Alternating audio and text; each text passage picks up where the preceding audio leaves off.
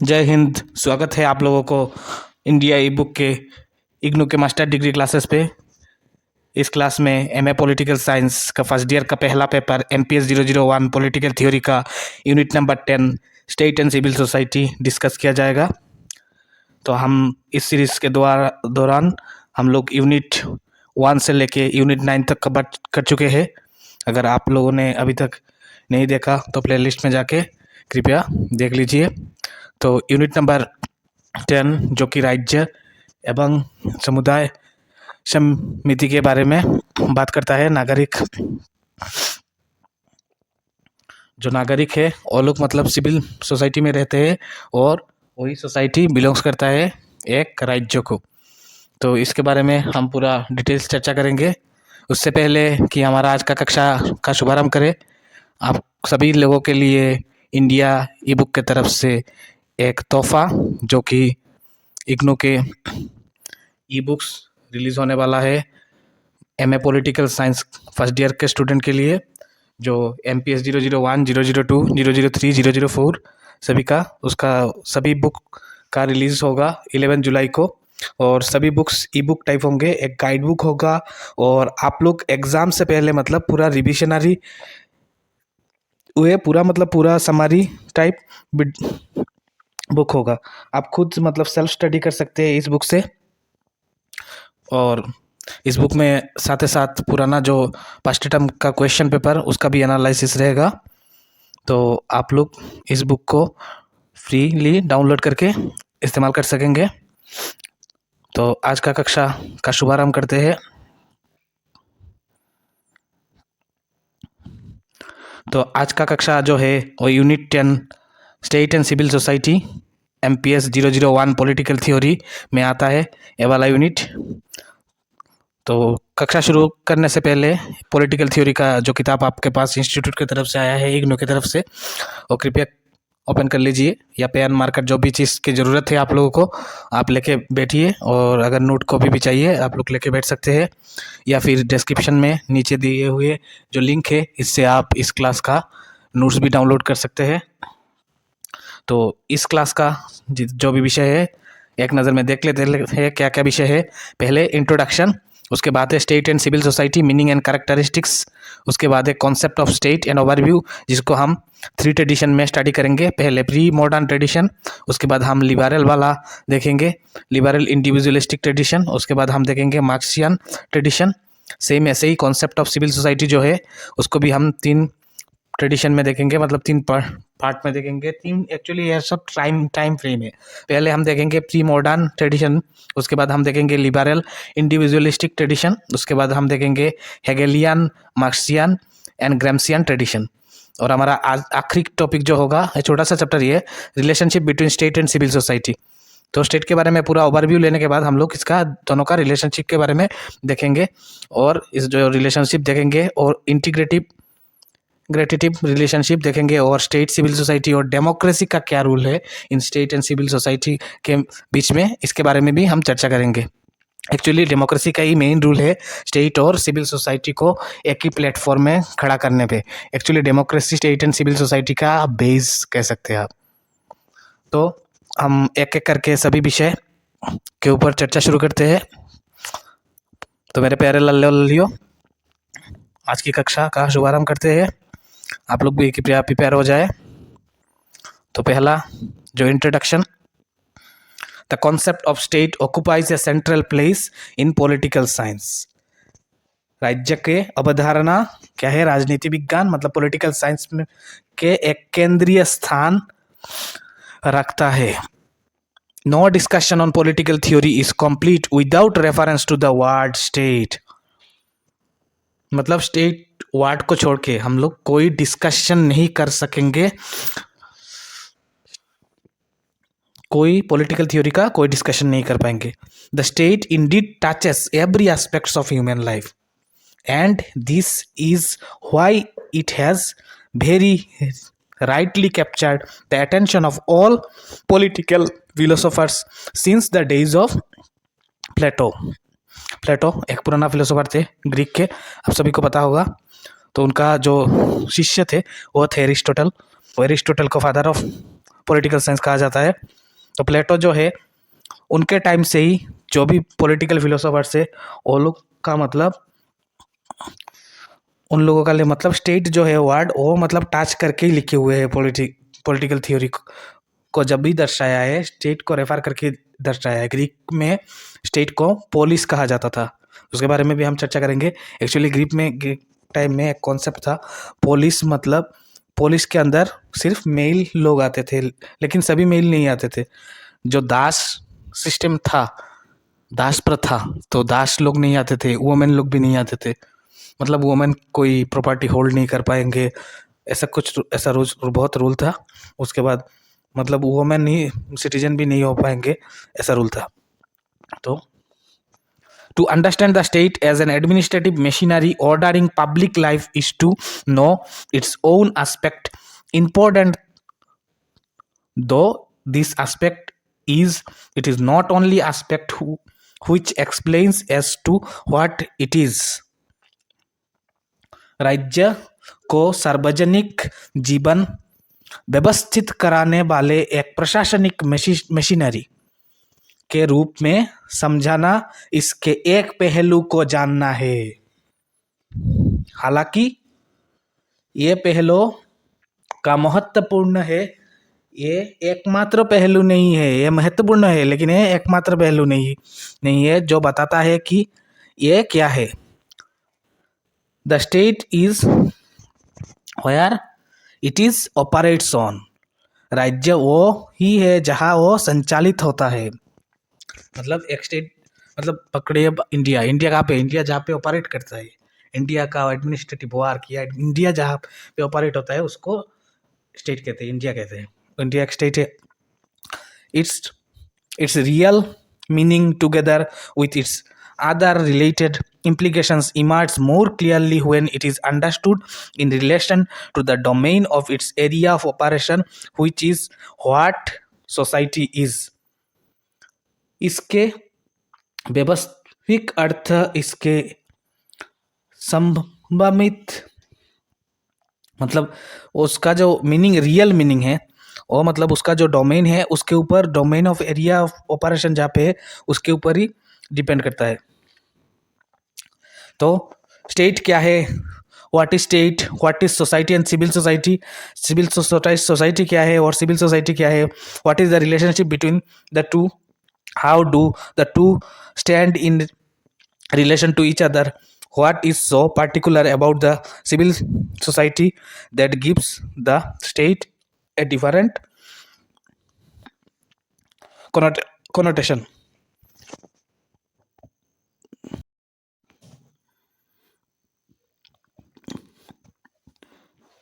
What is so particular about civil society that gives the state different connotation?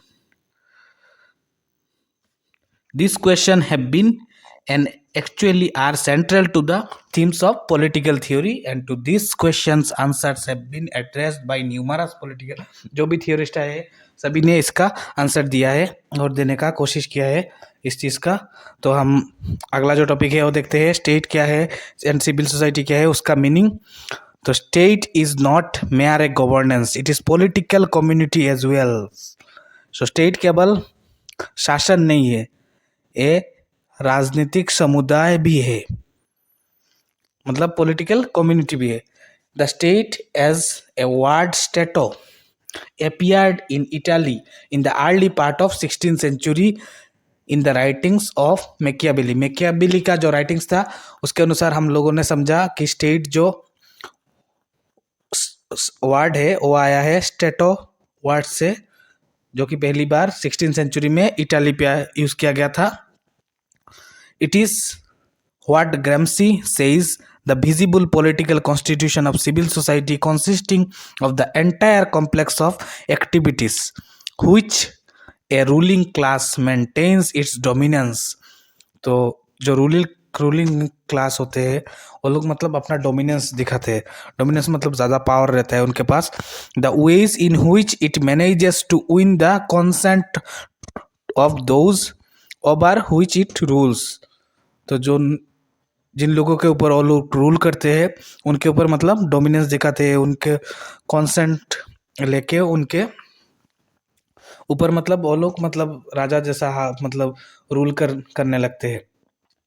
वो ग्रामसी, according to ग्रामसी है ने यही बताया था। It is, in other words, a complex institutions and practices resting upon the nodal points of power in the civil society। मतलब दूसरे शब्दों में ये नागरिक समाज में सत्ता का नोडल बिंदुओं पर टिके हुए संस्थान और पथन का एक समूह है। मतलब पावर जो है, पावर का एक समूह है।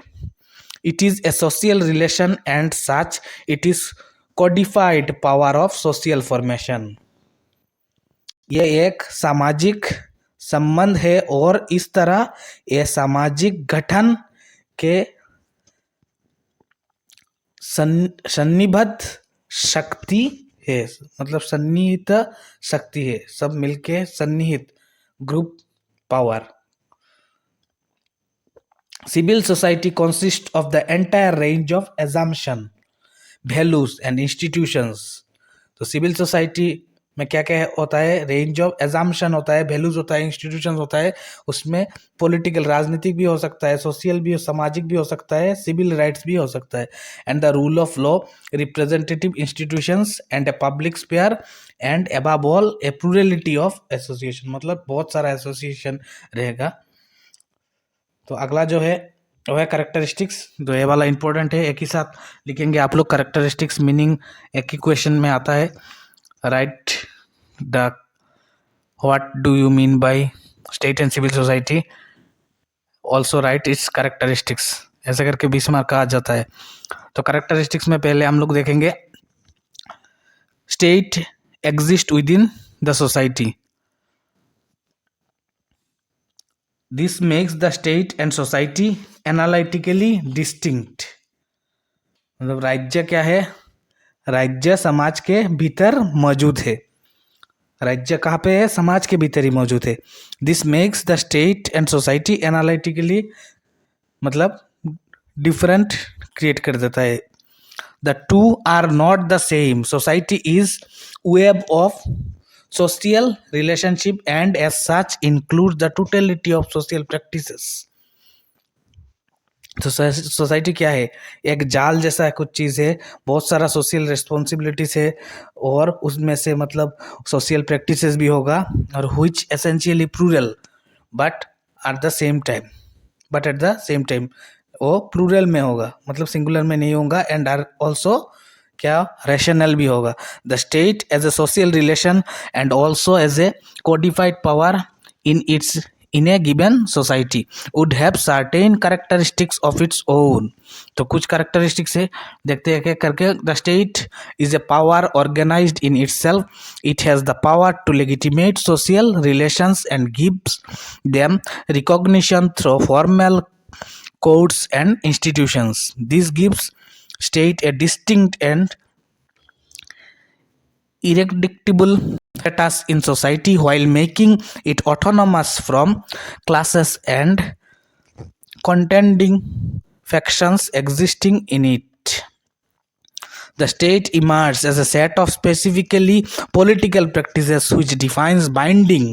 वो मतलब बाइंडिंग एनफोर्स करता है, मतलब जबरदस्ती binding decisions and enforces them and to extend the intervening in every aspects of social life. सभी सोशल लाइफ के सभी एस्पेक्ट्स में वो बाइंडिंग्स प्रोवाइड करता है। कौन? स्टेट, क्योंकि स्टेट के पास सुप्रीम पावर होता है। द स्टेट मोनोपोली भी करता है in all means of coercion. Coercion जो वर्ड है वो मतलब कोर्शन, आप पकड़ लीजिए, कोई ज़बरदस्ती गन दिखा के आपका कुछ चीज़ लेके जाए, आप देना नहीं चाहते, आप सेल करना नहीं चाहते कोई प्रॉपर्टी, लेकिन वो आपको कान दिखा के मतलब डरा धमका के आपका प्रॉपर्टी लेके चला जाए, वही कोर्शन है। No other organization in the society has this power. कोई भी ऑर्गेनाइजेशन नहीं होगा सोसाइटी में स्टेट जैसा पावर, स्टेट का जैसा पावर है इसका। स्टेट मतलब सुप्रीम पावर है, मोनोपोली है पावर के मामले में। The state gives fixity to the social relation and social stability to society. Society में स्टेबिलिटी भी स्टेट लाएगा और फिक्स करेगा सोशल रिलेशन कैसा होगा कैसा नहीं होगा। The state exist with in the framework of given society. जो स्टेट है वो एग्जिस्ट करेगा सोसाइटी का कुछ गिवन फ्रेमवर्क देके। A society response to the changing conditions compelled by numerous social forces. The state response to the changing society.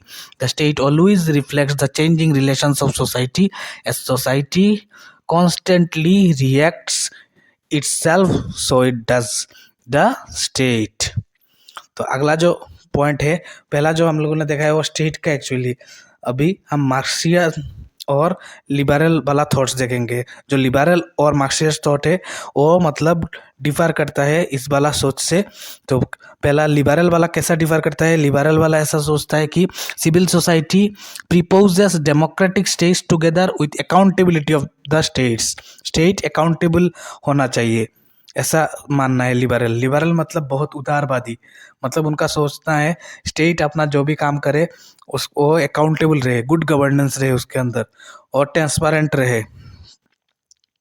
और जो Marxist है उनके व्यू से मतलब civil society is the arena of class conflict. Civil society जो है वो arena of class conflict का एक एरेना है। Selfish competition and exploitation, the state acting to protest the interest of the owing classes। मतलब Marxist जो भी हुए उनके ख्याल से मतलब जो कैपिटलिस्टिक है या जिनके पास ज़्यादा पावर है वो लोग मतलब बाकी लोगों को दबा के रखते हैं और कॉन्फ्लिक्ट शुरू होता है, वही वाला सोचना है कार्ल मार्क्स का। A definition of civil society comprising the insights of both the liberal and Marxist must take into an account the following। क्या क्या हो सकता है? The state power must be controlled and it has become responsive through democratic practices of an independent society। तो state का जो power है वो कंट्रोल करेगा एक रेस्पॉन्सिव डेमोक्रेटिक प्रैक्टिस जो कि एक इंडिपेंडेंट सिविल सोसाइटी के द्वारा चलाया जाएगा।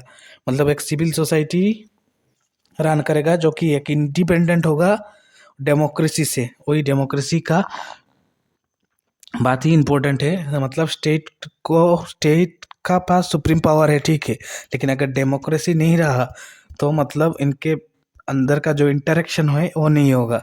तो डेमोक्रेसी इम्पोर्टेंट है स्टेट और सिविल सोसाइटी को रन करने के लिए। दोनों मतलब दोनों के ब्रिज है डेमोक्रेसी, कह सकते हो। तो कुछ पॉइंट है। It implies that the people came together in an arena of common concerns. It debate discussion and discourse free from state interference. It implies that discourse is accessible to all। It implies a space where public discussion and debate can take place।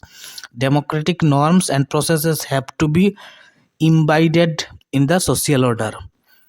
Civil society in the public sphere of society is the public sphere of society। मतलब civil society एक public sphere of society है। It is the location of this processes by which the experiences of individuals and communities and the expression of experiences in debates and discussion, affirmation and constitutions are mediated। तो अगला जो विषय है हम लोग देखेंगे concept of state and overview. तो इस कॉन्सेप्ट को हम लोग 3 पार्ट में पढ़ेंगे। जैसे कि पहले pre modern tradition, liberal individualistic tradition, Marxian tradition. तो स्टेट क्या है, उसका कॉन्सेप्ट क्या है? The state being at the very core of political theory has been defined differently by different political since the time of ancient Greek. Ancient Greek के time से state का definition कोई कुछ कहता है, कोई कुछ कहता है, कोई हिस्सा सोचता है। सभी मतलब स्टेट का कुछ, सभी फिलोसोफर ने कुछ ना कुछ बताया स्टेट के बारे में। मतलब पॉलिटिक का मतलब जो पार्ट है पॉलिटिकल थ्योरी, तो इस पॉलिटिकल थ्योरी इनकम्प्लीट है without saying the word state. For some it is an institution of कोहर्शन।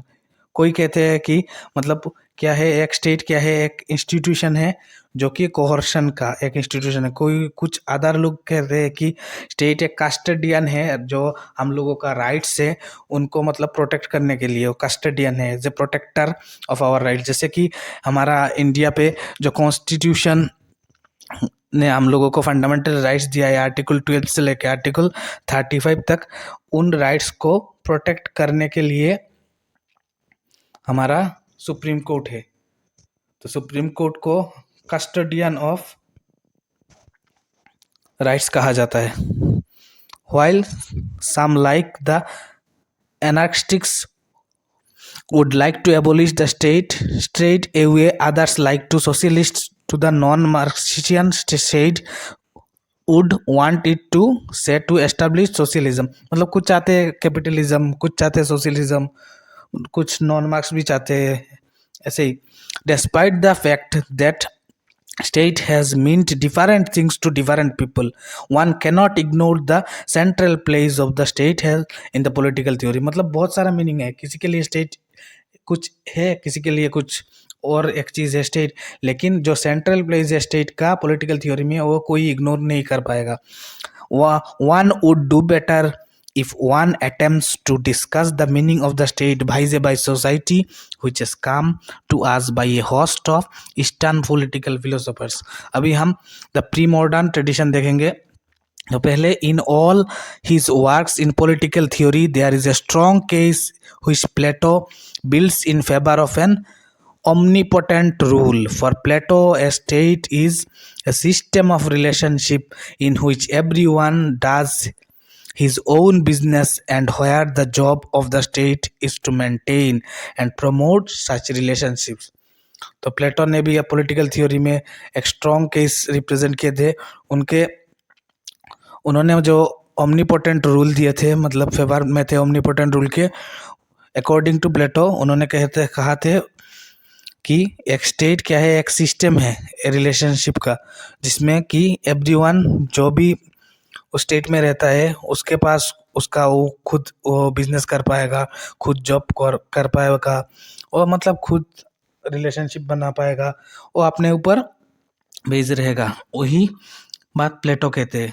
Following his teacher Plato, Aristotle जो कि फादर ऑफ पॉलिटिकल साइंस है, उन्होंने डिफाइन किया था स्टेट को as polis as a community which exist to the supreme good. उन्होंने supreme good कहा था पुलिस को। पुलिस मतलब स्टेट क्या है, एक सुप्रीम गुड है। He says that the state is an association of households and villages। उन्होंने कहा था स्टेट एक एसोसिएशन है बहुत सारा हाउस होल्ड्स और गाँवों का, and sharing it's life of virtue and aiming at the end and which exist in perfect of self competent existence. For Plato and Aristotle, there was no distinction between the state and society. The state was an organ and a part of the society। कोई मतलब difference नहीं है, same है दोनों, state and society. And the state क्या है, एक organ है, and a part of society है, एक organ and a part of society है। It was submerged in the society itself।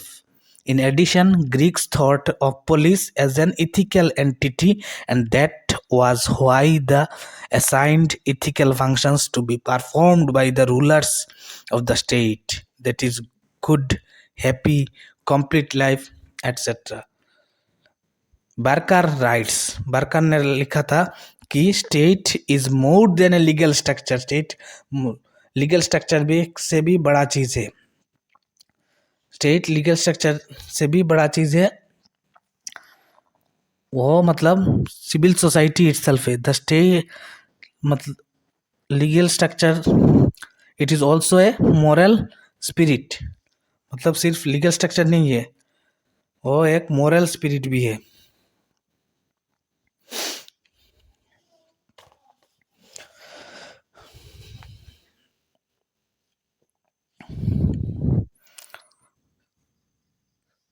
An ancient Greek would never imagine himself without the police।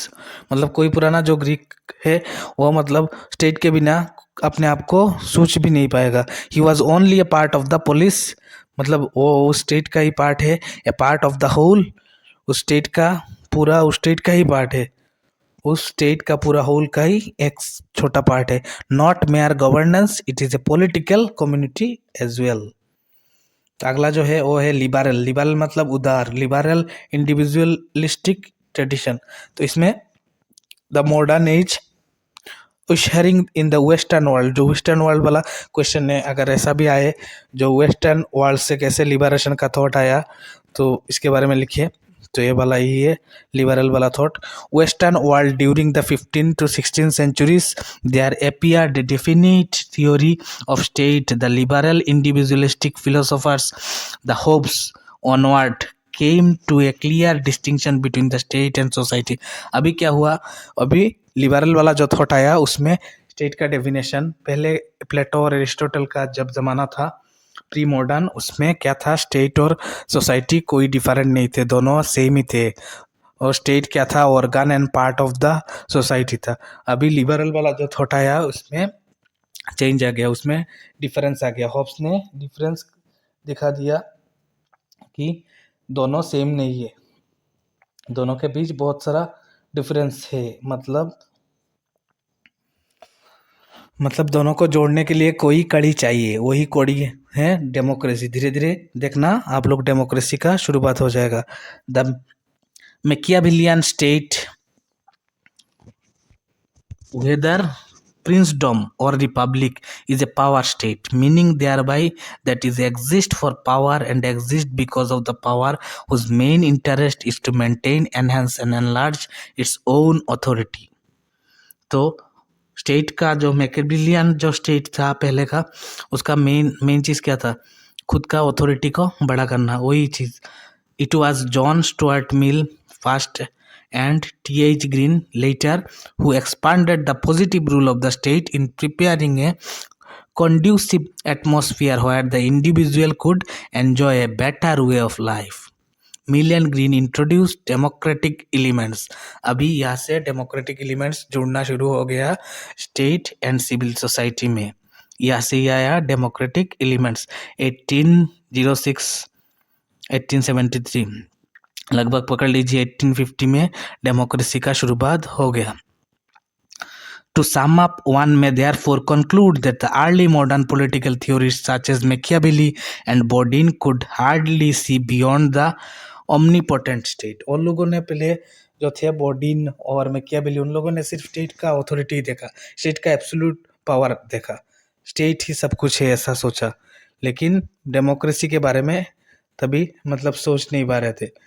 और उन लोगों के कॉन्सेप्ट पे स्टेट और सिविल सोसाइटी सेम ही चीज़ था, लेकिन अभी धीरे धीरे डेमोक्रेसी का शुरुआत हो रहा था। तो हम अगले में देखेंगे मार्क्सियन वाला। The Marxian tradition, the Marxian theory of state emerged as a reaction against liberalism. जो लिबरल वाला थॉट आया है उसका अगेंस्ट पे मार्क्सियन व्यू आया है। The state and society are two distinct entities. Though the state is not independent of society, the society types explains the type of state, society providing the base on which stood superstructure. Marxists regarding the state as a product of a class society believe that the state to be a class institution and protecting and promoting the processing class and oppressing and coercing the non-processing class. For them, the state is an engine of class rule, but it is an instrument of social and political change. Its negative function is to destroy the remains of the earlier society, while it, through its constructive functions, builds the structure and culture of the class it is manned with.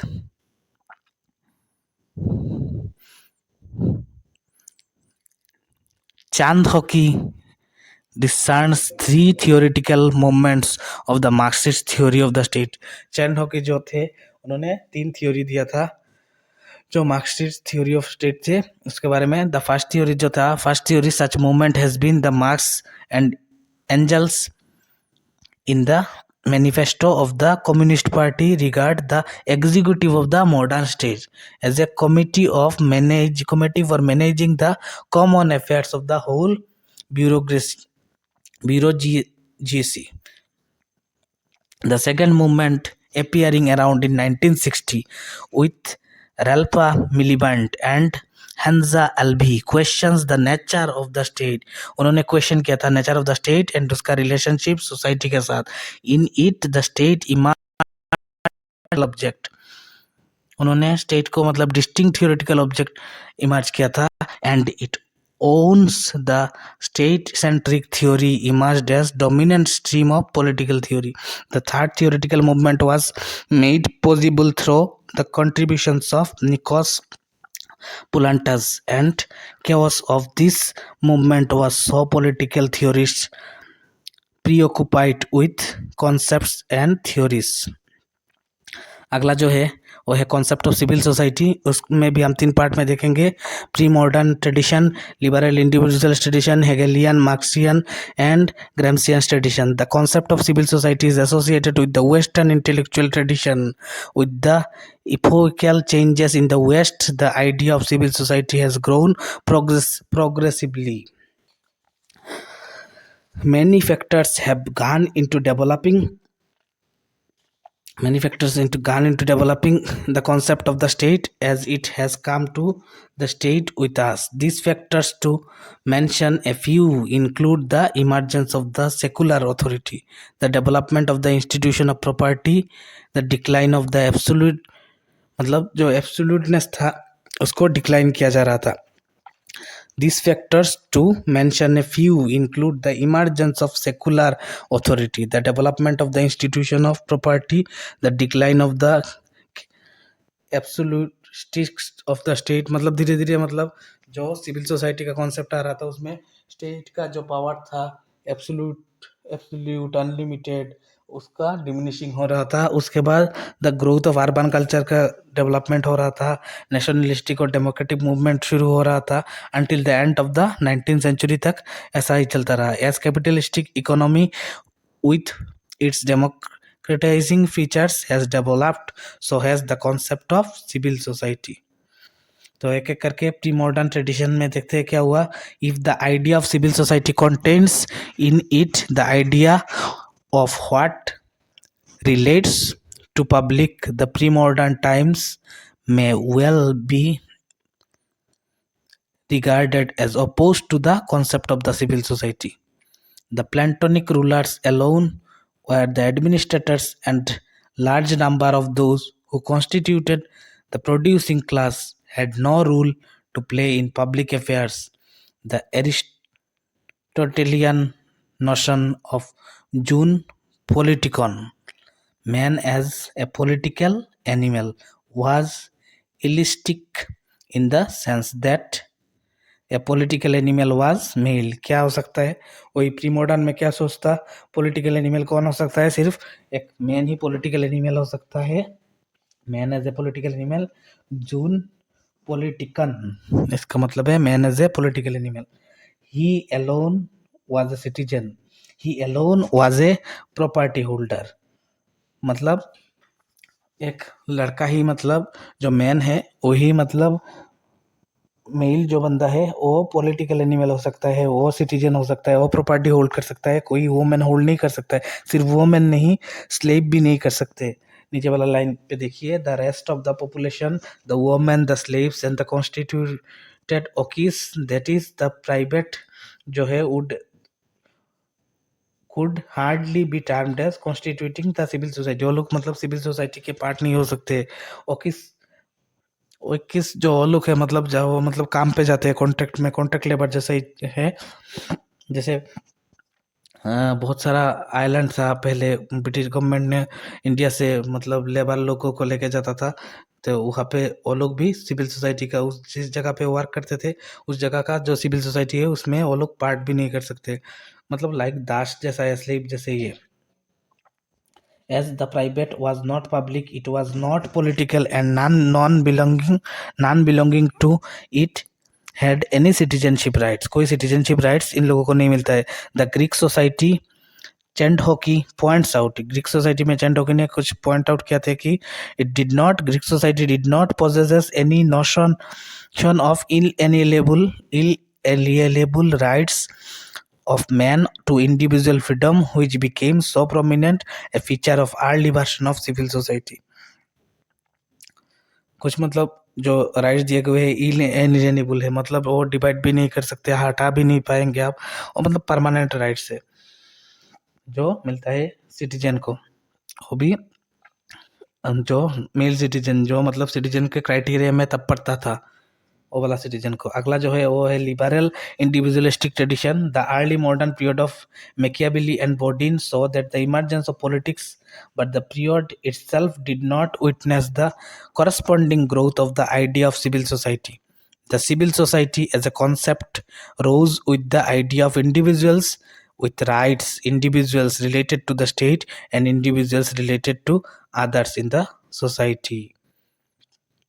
उसके बाद Machiavelli और बोर्डिन के बाद civil society के बारे में Hobbs and Lockie ने कहा था। इन दोनों ने स्टेट का जो स्टेट ऑफ नेचर है और सिविल सोसाइटी या पॉलिटिकल सोसाइटी जो भी है उसके अंदर का जो डिफरेंस है उसके बारे में रेफर किया था। Both talks about the rights bearing individuals, both suit the state to protect this rights. उन दोनों ने कहा था स्टेट को सभी का मतलब उन राइट्स को प्रोटेक्ट करना चाहिए। It is difficult to regard in contextualists Hobbes and Locke as theorists of civil society because their formulations on civil society are found in an embryonic form and their attempts despite a rational and persuasive explanation on state or society remained arbitrary. पीछे वाला last में जो सी चेंड हो की जो state and civil society है वो वाला लाइन आप लोग काट दीजिए। पीछे वाला लास्ट का लाइन जो है ये देखिए,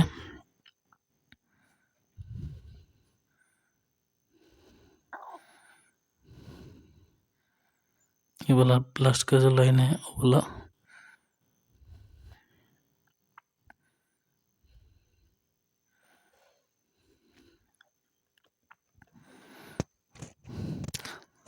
अभी हमारा नेक्स्ट जो है वो हेगेलियन, मार्क्सियन और ग्रामशियन कॉन्सेप्ट है। पहले हेगेल ने कहा था there is a definite relationship between the state and civil society in the writings of Hegel का राइटिंग्स के अनुयायी क्या होता है, डेफिनेट रिलेशनशिप है स्टेट और सिविल सोसाइटी के बीच में। He views that the state has the latest link growing out the development of various institutions, describing the state as the synthesis.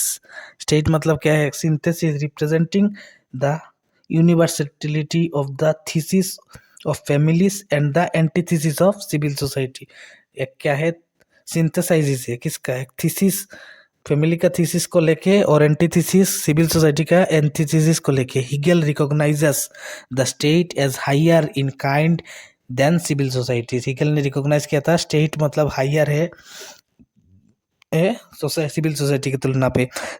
Hegel regards the state as the highest and the latest and even the final form of social institution. उन्होंने state को ही बढ़ावा दिया था। State क्या है, highest है, latest है and final form of social institution है। मार्क्स ने क्या कहा था, unlike Hegel who had made the civil society a hostage and who had idealized the state, seeks to restore the civil society to the position of making the theater of history. But the civil society, Mark argues, he has failed to live up with its promises. He failed to create a situation where the individual could find freedom and democratic transformation, and had to seek ways and means through which individuals could integrate into the society and the state. Gramsci, following Marx and developing history of the state, तो ग्रामसी ने भी marks को follow किया था लेकिन उनके जो follow था उसमें कुछ डिफरेंस था। He takes into account the reality of civil society. His main proposition is that one cannot understand the state without understanding the civil society. मतलब कोई मतलब स्टेट को समझ नहीं पाएगा अगर वो सिविल सोसाइटी को नहीं समझा तो। He says that the state should understood as not only in apparatus of government but also the private apparatus of hegemony और सिविल सोसाइटी। मतलब सिर्फ गवर्नमेंट को अंडरस्टैंड करने से नहीं होगा, जो अपैरेंट्स ऑफ हेजिमोनी और सिविल सोसाइटी है उस प्राइवेट अपैरेटस है उनको भी अंडरस्टैंड करना पड़ेगा। तो अगला जो लास्ट टॉपिक जो है वो है relationship between the state and civil society. The relationship between state and civil society is important. हम लोगों ने पहले से ही पढ़ के रखा है स्टेट कैसे आया, सिविल सोसाइटी कैसे आया। तो इसमें हम लोग देखेंगे कि मैं आप लोगों को सीधे बात बता देना चाहता हूँ। पहले मतलब जो स्टेट है वो मतलब ज़्यादा पावरफुल था, तो स्टेट एब्सोल्यूट पावर था, स्टेट के हाथ पे थे। उसके बाद धीरे धीरे सिविल सोसाइटी के पास कम पावर था। तो इन दोनों के पावर में जो डिफरेंस है इनको तो जोड़ना पड़ेगा। तो जोड़ने के लिए थोड़ा थोड़ा करके धीरे धीरे जुड़ा।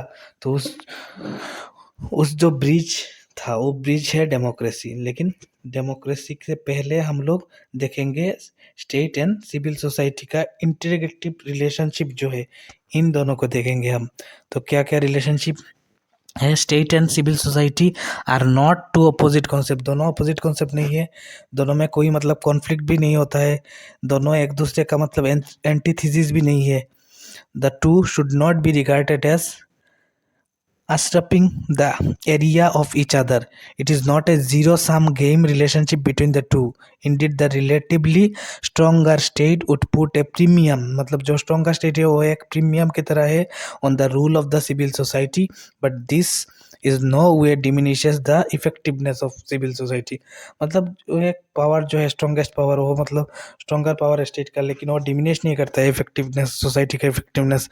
The integrative framework as expressed in laws and rules is accepted as valid by all. The framework needs to be administered neutrally and in a manner consistent with the shared culture of society. We cannot imagine with life without the integrative framework, which creates a degree of coherence and without which civil society is likely to become uncivil. Civil society has to open up in the face of all the powerful state to challenge the bureaucratic devices, lest it ends up in rigidity. It is thus reciprocity between the state and civil society that is significant, or at least should be considered significant. State power is to be exercised within the larger and wider sphere of civil society, and civil society has to keep state power on its toes so that it does not degenerate into absolutism. मतलब जो absoluteness था पहले state का उसमें ना आए state. मतलब अगर सिविल सोसाइटी रहे, सिविल सोसाइटी मतलब स्टेट को बनाता है, स्टेट को रन करता है। सिविल सोसाइटी में जो पीपल सिटीजन रहते हैं उनके द्वारा ही स्टेट को चलाया जाता है। मान लो वो लोग रिप्रेजेंट, वो लोगों के लिए स्टेट है, उनके अच्छे के लिए स्टेट है, उनके राइट्स को प्रोटेक्ट करने के लिए स्टेट है। से स्टेट का जो पहले एब्सोल्यूटनेस था वो उसको डिमिनिश करना पड़ेगा। मतलब स्टेट एब्सोल्यूट नहीं रहेगा। स्टेट अगर एब्सोल्यूट रहा तो राइट्स जो है हम लोगों का या सोसाइटी के पीपल का और कम हो जाएगा। अगर राइट्स कम हो जाए सोसाइटी का तो वो तो मतलब अच्छा स्टेट नहीं होगा। मतलब ह्यूमन राइट्स तो पीपल का जो राइट्स है वही तो मेन है। तो इसलिए स्टेट को सरवाइव करने के लिए अपना सिटीजन्स या सोसाइटी का सभी सिटीजन का जो राइट्स है उनको प्रिजर्व करके रखना पड़ेगा एज ए कस्टोडियन। तो अगला जो टॉपिक है वही जो डेमोक्रेसी वाला पार्ट है, लास्ट वाला पार्ट जो रिलेशनशिप है स्टेट एंड सिविल सोसाइटी का, state and civil society and democracy. पहले जो था क्या था, स्टेट मतलब the two concept state and civil society are in conflict with each other and are not in conflict. कोई कॉन्फ्लिक्ट नहीं है इन दोनों के बीच। लेकिन उन दोनों के बीच क्यों कॉन्फ्लिक्ट नहीं है? डेमोक्रेसी है इसलिए तो कॉन्फ्लिक्ट नहीं है। डेमोक्रेसी उन दोनों के बीच में एक ब्रिज की तरह काम करता है। जैसे कि पकड़ लीजिए, जो लोग मतलब डेमोक्रेसी के कारण ही जो लोग सोसाइटी में लिव करते हैं वो लोग ही अपना वोट डाल के या किसी भी मीन्स पे हो अपना गवर्नमेंट चुनती है। और वो गवर्नमेंट मतलब वही स्टेट का गवर्नमेंट, वो अपना रूल्स रेगुलेशन बनाती है for the benefit of the people of the society. Civil society has to be more open and diversified. It has to keep the dialogue continuous and contrast with the state and within all constituents making it। जो civil society के people है, citizen है, वो लोग मतलब direct touch में रहते हैं। हाँ, वैसे पकड़ लीजिए आप एक गांव में रहते हो, वहाँ के जो मेंबर होते हैं वो जीपी से रिलेटेड होता है, जीपी जो होता है वो जिला परिषद से रिलेटेड होता है। ऐसे ही मतलब जो स्टेट का स्ट्रक्चर होता है उसमें क्या होता है, जहाँ पे आप एमएलए से कनेक्ट होते हैं, तो एमएलए अपना जो कॉन्स्टिट्यूएंट असेंबली है उस एरिया को रिप्रेजेंट करता है। वहाँ का लोगों का क्या प्रॉब्लम है, वहाँ का सोसाइटी में क्या प्रॉब्लम है, वो चीज़ मतलब डायरेक्ट गवर्नमेंट को बताता है। तो गवर्नमेंट अपना जो एक्ट बनाती है या कोई पॉलिसी बनाती है या कोई मतलब बेनिफिट प्रोवाइड करना चाहती है, तो डायरेक्ट गवर्नमेंट मतलब वही स्टेट प्रोवाइड करती है सोसाइटी के बेनिफिट के लिए। A democratic state can not exist if it is restrictive, coercive,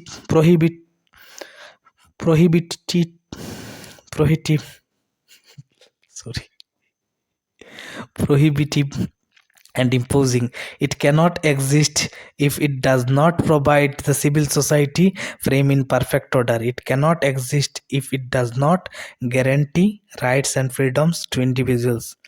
The state in democratic systems protects civil society। जो स्टेट है और डेमोक्रेटिक सिस्टम में क्या करता है, सिविल सोसाइटी को प्रोटेक्ट करता है। एंड सिविल सोसाइटी स्टेट का पावर स्ट्रेंथन करता है। Strengthen the state in dictatorial regimes the state controls the civil society. तो यहाँ पे हमारा आज का कक्षा खत्म करते हैं। अभी हम लोग जो इग्नू के किताब के पीछे जो एक्सरसाइज है वो देखेंगे। तो पहले कुछ question, how did the term state comes to be used in the West, explain briefly the characteristics and features of the state. पहला वाला जो स्टेट का क्वेश्चन है वो कैरेक्टरिस्टिक्स मैंने पहले ही बता दिया था आप लोगों को। वही पहला वाला जो किया हम लोगों ने, स्टेट को डिफाइन कीजिए।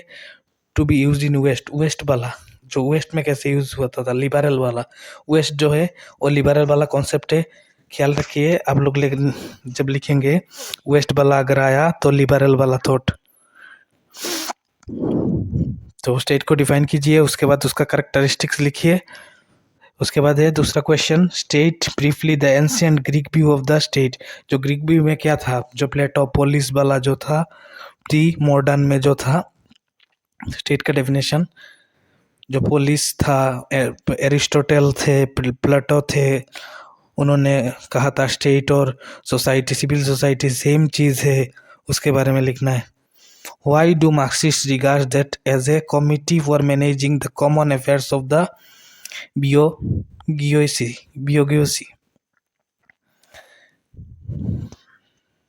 इसके बारे में मैंने आपको मार्क करके भी दिया था, कमिटी वाला मार्क्सिस्ट। एक्सप्लेन, उसके बाद 4 number question, explain the early modern view of the state. Early modern view of the state मतलब प्री मॉडर्न जो था वही। तो आप लोग उसके बाद 5 नंबर तो ज़रूर करना है, जो एक्सप्लेन हीगल वाला अभी थोड़ी देर पहले किया, explain the Hegel view of civil society and civil society क्या है। उसके बाद 6 नंबर जो है relationship between the state and civil society.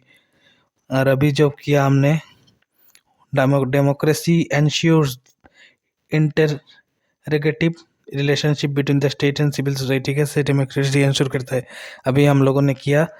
ये वाला इम्पोर्टेंट भी है 7 नंबर। इसमें से आप लोग ज़रूर मतलब 1 नंबर जो क्वेश्चन है मैं आप लोगों को मार्क करके देता हूँ, कुछ पक्का करना ही है, बाकी सब करना है तो है। 1 नंबर करना है, 3 नंबर करना है पक्का। उसके बाद जो 7 नंबर है, 7 और 6 सेम ही है, जो रिलेशनशिप है वही है, कैसे डेमोक्रेसी एंश्योर करता है, दोनों सेम ही है। मतलब अगर आप 7 कवर कर ले तो हो जाएगा, और 1 कवर करने से सिविल सोसाइटी वाला भी हो जाएगा। 1 3 उसके बाद 7, यहाँ का 7 इस लाइट का, आपका किताब का नहीं है, किताब में नंबर कुछ चेंज है शायद। ये 1 नंबर है, 1 3 7 तीनों इम्पोर्टेंट है। आप लोग इन तीनों ट्राई कीजिए। और पास्ट जो 6 अटेम्प्ट का क्वेश्चन पेपर मैंने जहाँ तक देखा वहाँ तक मतलब एक भी क्वेश्चन नहीं था इस चैप्टर में, यूनिट नंबर 10 से। तो ठीक है, आज का कक्षा यहाँ पे ही ख़त्म करते हैं। इंडिया बुक के साथ जुड़े रहने के लिए बहुत बहुत धन्यवाद। जय हिंद, जय Bharat, and finally God bless you all.